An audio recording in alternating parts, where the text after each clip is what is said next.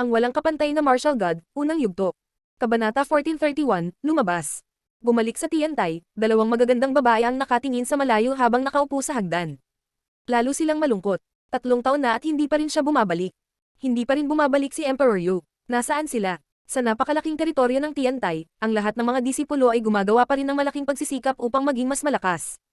Sa loob ng 3 taon na iyon, malaki ang pinagbago ng lalawigan ng Bahwang. Maraming mga bagong namumukod tanging cultivator ang sumisikat. Ang ilang mga tao ay nag-usap pa nga tungkol sa bagong 10 pinakamalakas na kabataang cultivator ng bagong henerasyon, dahil bukod sa ilan sa 10 pinakamalakas na batang cultivator mula sa nakaraang henerasyon na namatay, ang iba ay mga cultivator na sa tuktok ng layer ng Zunchi. Ang ilan sa kanila ay nawala sa loob ng 3 taon, kaya kung sila ay bumalik, malamang na sila ay napakalakas. Sa nakaraang henerasyon ng mga napakalakas na henyo, nandyan si Lin Feng, minsan tinatawag na Mufang. Nakapatay siya ng maraming henyo mula kay Bahwang.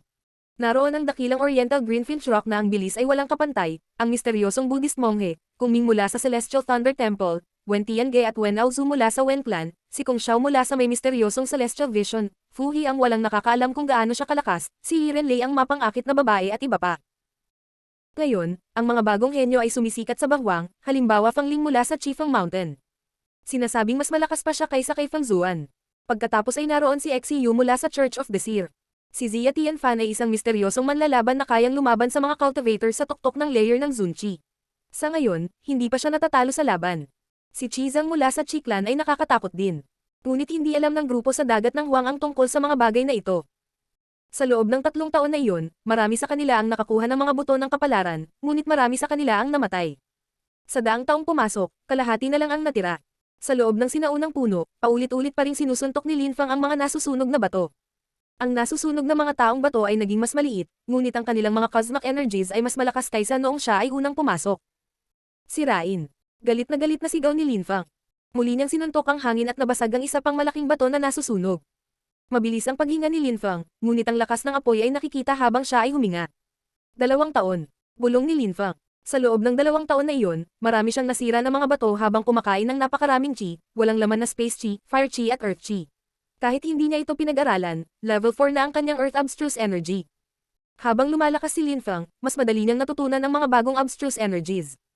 Ito ay katulad noong nagkaroon siya ng lakas ng layer ng Tianqi. Habang lumalakas siya, mas mabilis din niyang naiintindihan ang layunin.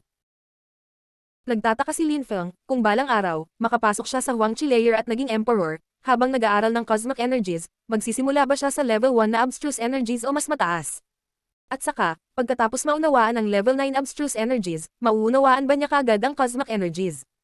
Wala akong nainom o nakakain sa loob ng 2 taon, ang naabsorb ko lang ay walang laman, apoy, lupa at buhay chi.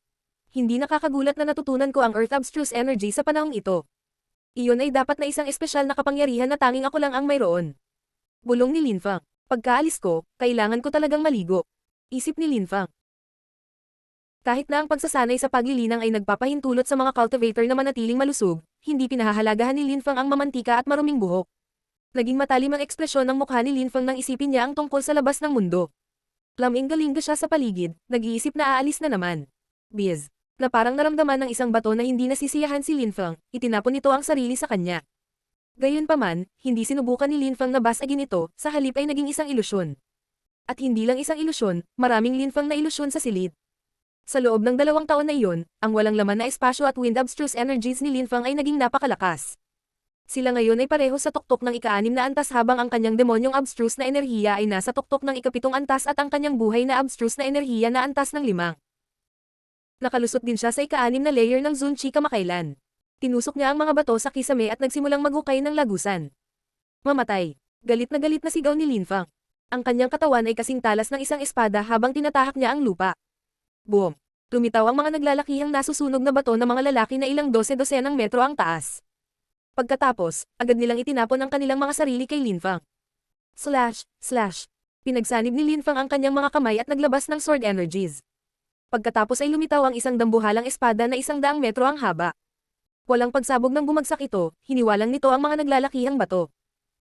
Mayroong 2 ilaw na mas lalong kumikinang habang mas malayong hinukay ni Lin Feng, iyon ay mga buto ng tadhana. Boom boom boom. Yumanig ang lupa, at muling lumitaw ang isang dambuhalang taong bato.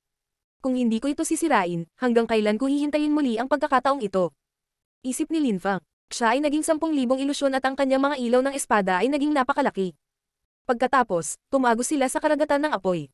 Ang lahat ay napuno ng mga sword lights, at hindi sila nawawala dahil naglalaman ang mga ito ng walang kamatayang abstruse energy. Sa loob ng 2 taon, si Lin Fang ay nag-improve ng husto sa mga tuntunin ng paglilinang ng demonyo, espada at liksi. Ngayon, palagi niyang pinagsasama ang kanyang sword energy kasama ng immortal abstruse energy, na nasa level 5 na ngayon. Boom! Ang lupa ay sumabog habang si Lin Fang ay sumisid sa apoy, na naging isang espada. Place rate. Naglabas si Lin Fang ng mas maraming sword energy. Ang mga bato ay nawalan ng lakas, ang apoy ay hindi kasing lakas, at ang mga bato ay hindi na kasing tigas. Kinuha ni Lin Fang ang binhi ng kapalaran. Nagawa ko, isip ni Lin Fang. Maraming beses siyang nabigo sa nakalipas na 2 taon, ngunit ngayon, sa wakas, nakuha na niya ito. Nangangahulugan ito na maaari na niyang labanan ang cosmic energies. Bakit hindi ko mahanap ang binhi ng kapalaran ng buhay? Isip ni Lin Fang, dahan-daang bumangon muli. Napakaganda ng tanawin, at ang kanyang TNG sword ay sumisipol sa tabi niya. Sumimangot si Lin Fang, tiyak na may fate seed na naglalaman ng life cosmic energy, ngunit hindi niya ito makita. Malamang nasa kisame iyon kasama ang ibang bihi. Kailangan kong kunin ito, at sa walang laman na espasyo ng buto ng kapalaran, iyon ay magiging 5 buto sa kabuuan. Isip ni Lin Fang. Pagkatapos nito, nagpatuloy siya sa paghuhukay sa kisame. Napakalakas ng lakas. Isip ni Lin Fang. Bigla niyang naramdaman ang sakit na kumalat sa buong katawan niya. Tumitaw pa nga ang mga crack marks sa kanyang armor, ngunit ngayon ay malakas na siya kaya hindi na niya kailangan ng ganoong armor. Ang kanyang pisikal na katawan ay mas malakas kaysa sa kanyang baluti. Place rate. Sigaw ni Lin Fang. Gumalaw siya tulad ng hangin at sa wakas ay nakuha ang isang nakasisilaw na gintong buto ng kapalaran. Diretso pagkatapos, lumitaw ang mga hagong at napagtanto ni Lin Fang na umalis na siya sa lugar. Siya ay bumalik sa larangan ng digmaan. Labas na ako. Isip ni Lin Fang. Tuwang-tuwa siya at nagulat. Nakalabas na siya sa wakas, pagkatapos ng 2 taon. Ang walang kapantay na martial god, unang yugto. Kabanata 1432, pagpapakita ng talento. Pagkalabas ni Lin Fang, nagninang-ning ang berdeng ilaw sa kanyang katawan. Binhi ng kapalaran. Tinitigan ni Lin Fang ang puno. Sa una, naglalaman ito ng binhi ng kapalaran ng buhay, ngunit lumitaw ito kasama ng iba. Gusto ba niya akong tulungan? Isip ni Lin Fang, naaalala ang balangkas. Bagamat matagal na siyang nakakulong doon, marahil ay dinala siya ng kalansay doon upang tulungan siyang lumakas. Ngunit kung dinala siya roon ng kalansay, nangangahulugan din ito na lubos niyang naiintindihan si Lin Fang. Mayroong 4 na uri ng cosmic energies doon, kaya malamang na alam niya na alam ni Lin Fang ang napakaraming iba't ibang uri ng energies. Bumangon si Lin Fang sa hangin at kinuha ang buto ng kapalaran mula sa puno, pagkatapos ay kumupas ang berdeng mga ilaw. Nagsuot si Lin Fang ng isa pang robe at dahan-dahang bumangon sa hangin. 3 taon na siya doon, kailan kaya makakaalis sa lugar na iyon? Para kay Lin Fang, ang 3 taon ay isang mahabang panahon. Siya ay nasa mundo ng paglilinang sa loob ng 10 taon na. Noong una siyang dumating sa mundong iyon, bata pa siya at mahina, at ngayon makalipas ang 10 taon, siya ay itinuturing na isang kamanghamanghang cultivator sa loob ng lalawigan ng Bahwang. Biz. Sa di kalayuan, nagsimulang lumapit ang ilang siluet. Sa gitna nila, napansin ni Lin Fang ang isang magandang babae. Si Yi Renlei. Bukod sa kanya, may ilan sa kanyang mga kapwa-alagad. Lahat sila ay nakalusot sa ika-8 layer ng Zunchi. Kahit na hindi sila kasing ganda ni Yi Renlei, drop-dead gorgeous pa rin sila. Sa loob ng 3 taon na iyon, hindi rin nag-aksaya ng oras si Yi Renlei. Nakalusot din siya sa ika-6 na layer ng Zunchi. Nagulat si Yi Renlei nang makita si Lin Fang, ngunit pagkatapos ay ngumiti siya sa isang nakakaakit na paraan. Pagkatapos ay naalala niya ang dati nilang pag-iibigan. Nakalusot din siya hanggang sa ika-6 na layer ng Zunchi. Isip ni Yi Renlei. Ang antas ng cultivation ni Lin Fang ay dating medyo mababa sa lalawigan ng Bahwang, ngunit namumukod-tangi pa rin siya. Ngayong nakalusot na siya sa ika-6 na layer ng Zunchi, gaano kaya siya kalakas? Prinsipe Lin. Sabi ng isang batang babae sa tabi ni Yi Renlei na nakangiti ng manipis kay Lin Fang. Sinusubukan din niyang akitin siya. Ano ang berdeng ilaw na iyon? Ito ba ay isang binhi ng kapalaran? Tama ka, nakangiting sabi ni Lin Fang. Lumapit ang ilan pang mga tao at tumingin kay Lin Fang. Mga sister, dahil kinuha na ni Prince Lin, tara na. Sabi ni Yi Renlei na nakangiti ng manipis. Kahit gustong umatake ng 2 babaeng iyon ay tumango pa rin sila. Huling beses nilang nakita si Lin Fang, iyon ay sa pagpupulong ng mga emperador at nakalusot pa lamang siya sa ika-3 layer ng Zunchi noon. Ngayong nakalusot na siya sa ika-6 na layer ng Zunchi, malamang na mas malakas siya kaysa sa kanila sa ika-8. At saka, naging mabait si Lin Fang sa Heavens of Desires Palace, kaya ayaw nilang masaktan siya. Celestial Girlie Ren, may nakita ka bang mga buto ng kapalaran? Tanong ni Lin Fang. Nakaramdam siya ng kakaiba sa pagsasalita ng ganoon, parang masyado siyang formal. Kailangan natin ng isa pa, sabi ng isang babae sa tabi ni Yi Renlei. Kung papayag ka, maaari tayong magpalit ng isang bagay para sa isa sa iyong mga binhi ng kapalaran. Ibibigay ko ang isa kay Yiren, ano sa tingin mo? Nakangiting tanong ni Linfang. Ang dalawang batang babae sa tabi ni Yiren Lei ay biglang naglabas ng nakakatakot na chi, na parang tinatakot sila ni Linfang. Ayos lang, sabi ni Yiren Lei, na pinipigilan silang pumunta pa. Oo rin. Naglabas si Linfang ng isang binhi ng kapalaran sa buhay at ibinigay ito kay Yiren Lei. Naglalaman ito ng makapal at mayamang enerhiya sa buhay. Ang dalawang kapwa-disipulo ni Yiren Lei ay tumingin kay Linfang sa kakaibang paraan. Bakit binibigyan ng taong iyon ng kanilang kapwa-disipulo ng binhi ng kapalaran? Salamat, Prinsipe Lin. Sabi ni Yiren Lei. Kinuha niya ang buto ng kapalaran, ngunit hinawakan ni Linfang ang kanyang kamay, pinilit siyang tumingin sa kanya. Kahit na ang mahalaga sa iyo ay paglilinang, huwag kalimutan ang tungkol sa pag-ibig. Sabi ni Linfang, ngumiti bago binitawan ang kanyang kamay. Ang dalawang kapwa-disipulo ni Yiren Lei ay tumingin sa kanya at pagkatapos ay bumalik kay Linfang. Interesado ba si Linfang kay Yiren Lei? Dahil binibigyan mo ang ating kapwa-alagad ng isang binhi ng kapalaran, nangangahulugan ito na mayroon ka pa. Dapat bigyan mo rin kami. Sabi ng tatlo pang tao. Mga prinsipe mula sa imperyo ng yelo at nyebe. Sabi ni Yiren Lei kay Linfang gamit ang telepathy. Marami pa ako, pero kung gusto mo, kailangan mong kunin sa akin. Sabi ni Linfang, bumangon sa ere at nakangiting walang pakialam. Malamig na ngumiti yung tatlong tao, grabe. Mamatay. Sigaw ng isa sa kanila. Ang mga taong iyon ay hindi pa nakakapunta sa shrine noong si Linfang ay nasa Ice and Snow Empire dahil sila ay mga cultivator na sa tuktok ng Zunchi layer. Dalawa sa kanila ay mga cultivator ng ikawalong layer ng Zunchi at isa sa kanila sa ikasyam na layer ng Zunchi. Ang isa na nagtapon ng sarili kay Linfang ay isa sa mga cultivator na nakalusot sa ikawalong layer ng Zunchi. Isang cultivator ng ika-6 na layer ng Zunchi ang nang-ahas na harapin ako, dapat gusto mong kumilos ng walang ingat. Sabi ng cultivator. Ang isang malakas na hangin ay nagsimulang umihip at ito ay yelo lamig, piercingly malamig kahit na. Ang mga damit ni Linfang ay kumikislap sa hangin habang ang mga enerhiya ng yelo sa paligid niya ay nalaglag. Inilabas ni Linfang ang demonyong chi at ang kanyang mga mata ay naging itim. Tumiti siya at gumalaw kasabay ng hangin. Hindi na siya natatakot sa mga cultivator ng ikawalong layer ng Zunchi. Mag-ingat, hindi mahina ang cultivator na iyon. Sigaw ng cultivator ng ikasyam na layer ng Zunchi. Malakas ang chi ni Linfang, higit pa sa inaasahan niya. Mamatay. Mas mabilis na kumilos ang prinsipe ng Ice and Snow Empire at itinaas ang kanyang kamao. Naging yelo ang hangin sa paligid niya. Nagpakawala si Linfang ng Deadly Demon Punch at ito ay kumalat sa kalangitan, na tila hindi mapigilan. Boom! Ang cultivator ng ikawalong layer ng Zunchi ay nagpatuloy sa pagsulong, ngunit ang kanyang bibig ay kumaibat. Ibinaba niya ang kanyang ulo at nakita niya ang isang kamao sa loob ng kanyang tadyang. Pagkatapos ay itinulak siya ng napakalayo. Grr! Galit na galit yung iba. Ang isang cultivator ng ikawalong layer ng Zunchi ay natalo sa isang suntok. Mukhang sapat na ang lakas ng ika-6 na layer ng Zunchi para patayin ka. Sabi ni Linfang na walang pakialam. Nagulat naman yung iba. Sinuntok muli ni Linfang at sa pagkakataong ito ay sumabog ang ulo ng cultivator. Ang Deadly Demon Punch ni Linfang ay naglalaman na ngayon ng Level 7 Death Abstruse Energy, Level 7 Demon Abstruse Energy, Desolate Abstruse Energy at ang puwersa ng lupa at langit. Mula 10 metro ang layo, nakamamatay ang kanyang pag-atake. Ang walang kapantay na martial god, unang yugto. Kabanata 1433, gusto kong pumatay ng ilang tao. Mamatay. Sigaw ng dalawa pang prinsipe mula sa Ice and Snow Empire. Huwag kang lalapit sa kanya. Hayaan mo akong bahala dito. Sabi ng cultivator ng ikasyam na layer ng Zunchi, itinapon ang sarili kay Linfang. 100 metro pa rin ang layo niya kay Linfang habang naglalabas siya ng suntok. Biz. Kumislap ang silhouette ni Linfang habang ginagamit niya ang kanyang Xiaoyao agility technique.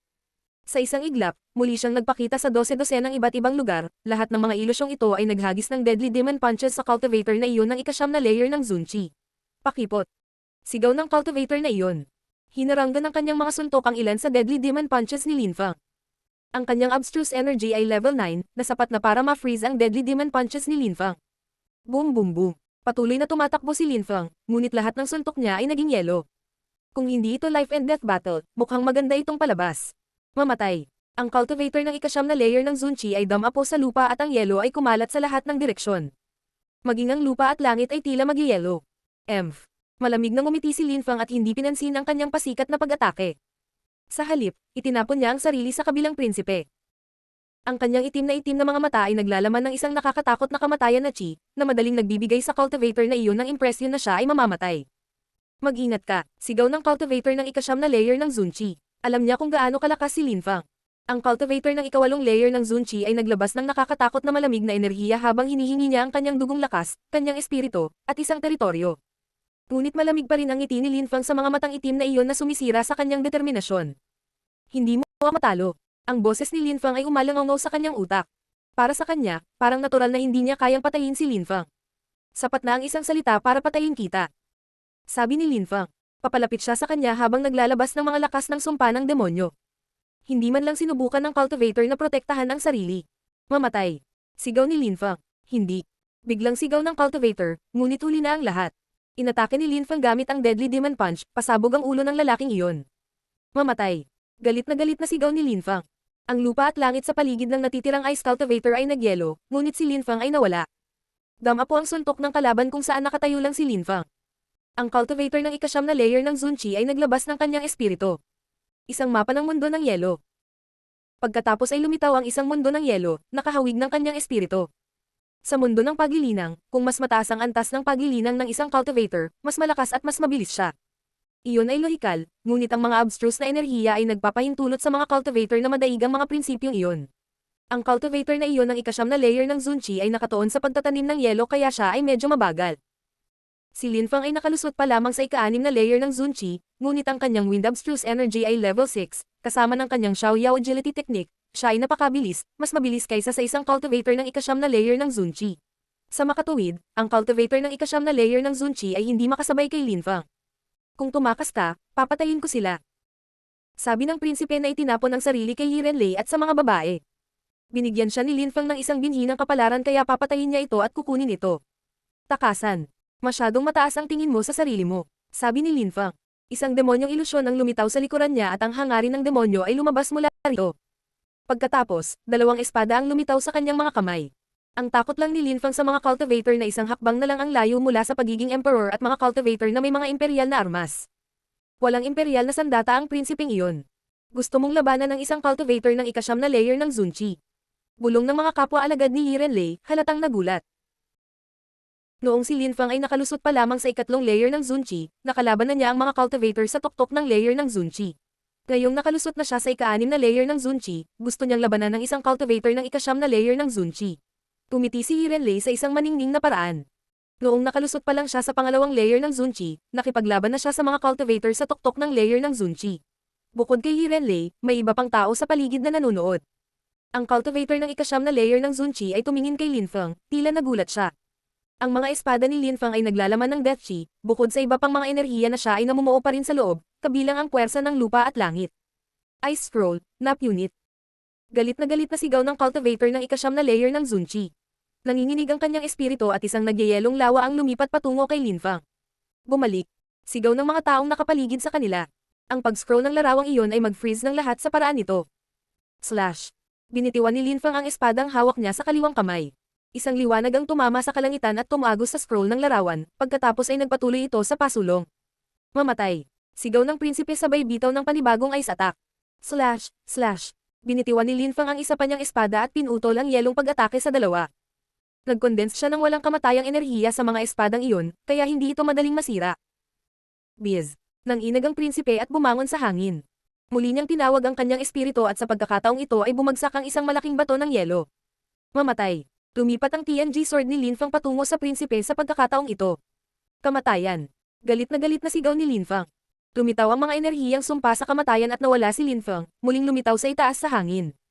Kasabay nito, naglabas din siya ng Deadly Demon Punch attacks. Ang cultivator ng ika-9 na layer ng Zunchi ay humila ng mahabang mukha. Sinuntok din niya ang hangin sa unahan niya para harangan ang suntok ni Lin Fang. Gayunpaman, ang mga mata ni Lin Fang ay naging itim sa sandaling iyon, saglit na naiimpluwensyahan ang kanyang determinasyon. Yung espada.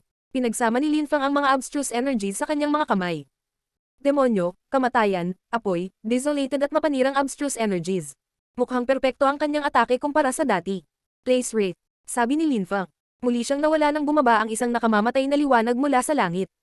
Ang liwanag na iyon ay naglalaman ng mga itim na sinulid. Mukhang natulala ang prinsipe, hindi siya kumikibo, o sa halip, hindi siya makagalaw. Pagkatapos, isang itim na sinulid ang sumabit sa kanyang ikatlong mata. Ilang kaluskos ang tumunog at patayong nahati sa dalawa ang kanyang katawan. Si Lin Fang ay nakatayo sa kalangitan at siya ay mukhang mapagmataas, kalmado at matahimik. Kakapatay lang niya ng cultivator ng ika-9 na layer ng Zunchi sa isang atake ng espada. Pinatay niya. Naisip ng karamihan. Maaari na ngayong patayin ni Lin Fang ang mga cultivator sa tuktok ng layer ng Zunchi. Malamang na walang masyadong tao na makakalaban sa kanya sa bahwang. Gaano kalakas? Ang mga bibig ng mga kapwa-alagad ni Yirenlei ay kumaibat.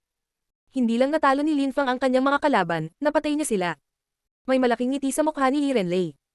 Ngayon, sabi ni Linfang, na sinulyapan ang mga dumating upang kunin ang kanyang kapalaran. Agad naman silang umalis. Pagkaalis nila, ngumiti si Linfang nang lumitaw ang dalawang buto ng kapalaran sa kanyang mga kamay. Makikita ng isa ang mga buto ng kapalaran mula sa napakalayo sa malayo. Anong ginagawa mo? Tanong ng dalawang kapwa-alagad ni Yiren. Prinsipe Lin, anong ginagawa mo? Nakangiting sabi ni Yirenlei. Ipinakita ba niya ang kanyang kapalaran sa ibang tao? Gusto kong maghanap ng mga taong papatayin. Darating sila kung nakita nila ang mga buto ng kapalaran. Sabi ni Linfang na nakangiting pabalik kay Yirenlei. Napakalupit. Naisip ng mga kapwa-alagad ni Yirenlei, naliligo na sila sa pag-iisip tungkol dito. Ang walang kapantay na martial god, unang yugto.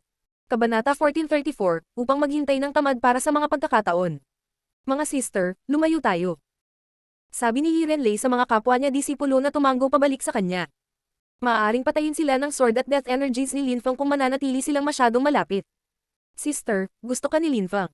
Siguro dapat kang makipagmahal sa kanya, makakatulong ito sa paglilinang ng iyong pagnanasa.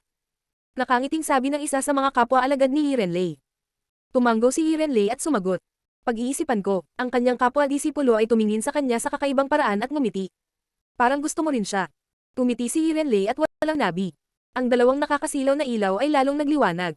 Ang isa sa kanila ay naglalaman ng Earth Cosmic Energy at may hawak na gintong kulay. Sa kabilang banda ni Linfang, mayroong isang buto ng kapalaran na naglalaman ng kosmikong enerhiya ng kalikasan at naglalabas ng berdeng ilaw. Ang mga ilaw na iyon ay dapat talagang makaakit ng atensyon ng mga tao. Isip ni Yirenlei. Gaya ng inaasahan, nagdagsaan ng mga tao, nakatingin kay Linfang sa isang matako na paraan. Gusto nila ang mga buto ng kapalaran, gayunpaman, ang naglabas ng mga buto ng kapalaran ay si Linfang at siya ay nakalusot sa ika-6 na layer ng Zunqi ngayon. Tumayo si Linfang sa hangin at malamig na sinabi. Kung wala kang gagawin dito, umalis ka na lang. Nagulat ang karamihan. Ang isa sa kanila, isang cultivator ng ika-8 layer ng Zunqi mula sa Magic World Heavenly Palace ay nagsabi. Linfang, kinuha mo ba ang mga buto ng tadhana para lamang maakit ang lahat? Gusto mo ba silang ipagpalit? Kung gagawin mo, ano ang gusto mong kapalit? Asar. Sabi ni Linfang sa matalas na paraan. Napakagago niya, sino ang gustong makipagpalitan ng mga buto ng tadhana? Bulong ng isa sa mga kapwa-alagad ni Yirenlei. Humajijak si Yirenlei. Ilang sandali lang ay tinanong niya si Linfang ng parehong bagay. Kahit na ang ilang mga tao ay talagang gustong makipagpalitan ng mga buto ng kapalaran, bukod sa mga sandata ng imperial, ano ang maaari nilang ipagpalit para sa kanila? Biz. Pagkaraan ng ilang oras, naramdaman ni Linfang ang isang kamao na papalapit sa kanya mula sa likuran. Isa itong cultivator ng ika-8 layer ng Zunqi mula sa Jiuyu. Isang cultivator ng ika-6 na layer ng Zunqi ang naglabas ng mga buto ng kapalaran, kaya kinailangan niyang mamatay. Kinamayan ni Linfang ang kanyang kamay at tinaga ng kanyang TNG sword ang kalangitan. Kasabay nito, tumalikod si Linfang at lumipad pabalik, na lumikha ng isang sonic boom habang sila ay umalis. Napakawalang ingat. Sabi ni Linfang. Ang kanyang boses ay naging lakas ng sumpa ng demonyo at tumitig siya sa mga mata ng kanyang kalaban. Earthen Armor. Sigaw ng cultivator na iyon. Isang putik na baluti ang lumitaw sa paligid niya at ito ay tila siksik. Life Drain. Sabi ni Linfang. Pagkatapos ay naging kulay abo ang mga mata ng kanyang kalaban habang mabilis na nauubos ang kanyang sigla. Boom, boom. Ang nakakatakot na mga thread ni Chi ay biglang pinalibutan si Linfang habang ang tatlo pang malalakas na cultivator ay sabay na umatake sa kanya. Kahit na malakas si Linfang, hindi napigilan ng mga tao ang kanilang sarili na salakayin siya dahil mayroon siyang 2 buto ng kapalaran. Kung nakakuha sila ng mas maraming buto ng kapalaran, maaari nilang palitan ang mga ito ng iba pang mga buto ng kapalaran na mas angkop para sa kanilang uri ng pagtatanim. Sa ganoong paraan, pagkatapos maabot ang tuktok ng layer ng Zunqi, kung hindi nila naiintindihan ang kanilang paboritong uri ng enerhiya, maaari nilang hiramin ang cosmic strength mula sa buto ng kapalaran. Sinabi na sa angkop na binhi ng kapalaran, ang pagkakataon ng isang cultivator na lumakas ay pinarami ng 3. Nangangahulugan ito na sa gayong binhi ng kapalaran, mas malamang na maging mga emperador sila. Sa lalawigan ng Bahwang, napakabihirang maging mga emperador. At ang mga cultivator ay nagkaroon lamang ng isang pagkakataon bawat 100 taon upang makuha ang mga binhi ng kapalaran. Sa panahon ng pagpupulong ng mga emperador, mamatay. Sabi ni Linfang, inilagay ang buto ng kapalaran na mayroon siya sa kanyang kanang kamay sa kanyang kaliwang kamay, pagkatapos ay nagpakawala siya ng lakas ng kamatayan at pinugutan siya ng kanyang TNG sword. Kasabay nito, nag-condense si Linfang ng espada sa kanyang kanang kamay at tumalon pasulong ng may kakaibang bilis. Nakakasilaw na mga ilaw at dugo ang naghalo sa hangin habang may namatay na iba, hindi man lang siya nagkaroon ng oras para sumigaw. Gaano kabilis? Naisip ng 2 pang iba. Ang hangin at walang laman na kalawakan ay nakakakuha ng mga enerhiya, kapag pinaghalo, pinalakas ang bilis sa isang kamanghamanghang antas. Ang hangin at walang laman na espasyo ng abstruse na enerhiya ni Linfang ay bawat antas-anim. Mas mabilis pang kumilos si Linfang, lumikha ng ilang ilusyon. Tiningnan sila ng dalawang kaaway at hindi matukoy kung alin ang tunay na Linfang. Slash. Tumalsik ang dugo. Ang isa pang cultivator ay pinatay, at kahit na namatay siya ay nagmukhang desperado. Paano siya nataman? Wala siyang naramdaman. Yung isa naman ay mukhang wala ng pag-asa. Isang ilusyon ang lumipat patungo sa kanya, at inatake niya ito, ngunit pagkatapos ay inatake siya ng mga enerhiya mula sa likuran at siya ay namatay. Ang mga cultivator ng ikawalong layer ng Zunchi ay masyadong mahina para kay Linfang. Isip ni Li Renlei. Hindi nila nakayanan ang isang pag-atake laban kay Linfang. Anong ginagawa mo pa dito? Sabi ni Linfang sa iba. Bumalik sila sa katinoan at mabilis na umalis. Alam nilang hindi nila makukuha ang kanyang kapalaran. Ilang sandali bago, nang lumitaw ang mga ilusyon ni Linfang sa lahat ng dako, ginamit niya talaga ang kanyang shadow spirit para umatake. Matapos malinis ang kanyang espiritu ng gate sa Tiantai, ang kanyang bilis at espiritu ay naging nakakatakot. Maaari niyang ilabas ang mga clone ng kanyang sarili at atakihin ang mga kaaway, nang hindi nalalaman, mula sa likuran. Wala pa rin dito. Tahimik na naghihintay si Linfang. Sa ganoong paraan, patuloy siyang nakakaakit ng atensyon ng maraming tao. Biz. May lumitaw na hayop sa di kalayuan. Sobrang bilis ng takbo niya, parang dinadala ng hangin. Isa itong ibon ng ikapitong layer ng Zunchi. Biglang nawala si Linfang mula sa kanyang kinaroroonan at ibinagsak ang sarili sa ibon habang pinupunan ang kamatayan ni Chi sa kanyang mga mata. Inilabas din niya ang kanyang cetro. Sumpa sa kamatayan. Boom. Hindi pa man dumarating ang ibon, ngunit ang kamatayan at mga sumpa na enerhiya ay pumaligid sa kanyang katawan. Pagkatapos ang kanyang nakasisilaw na gininto ang katawan ay naging kulay abo at mapurol. Makikita natin kung gaano kitigas ang gininto ang katawan mo ngayon.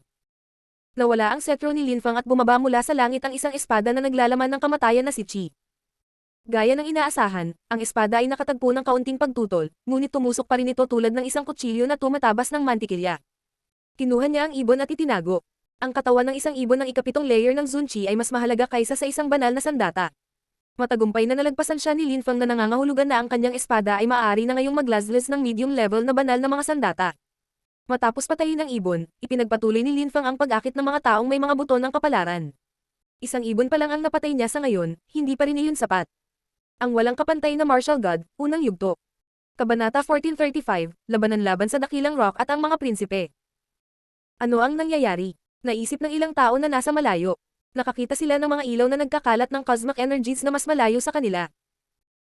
Kung ang isang tao ay nagnakaw ng ilang mga buto ng kapalaran, karaniwan nilang itinatabi ang mga ito upang maiwasan ang paglibot ng mga mata. Isang Golden Great Oriental Greenfinch Rock ang sumulyap sa isang grupo ng mga cultivator.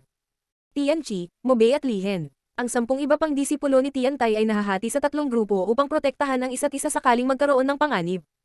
Ngunit sa sandaling iyon, mukhang pagod na pagod sila, lalo na si Mobei na basang-basa sa dugo.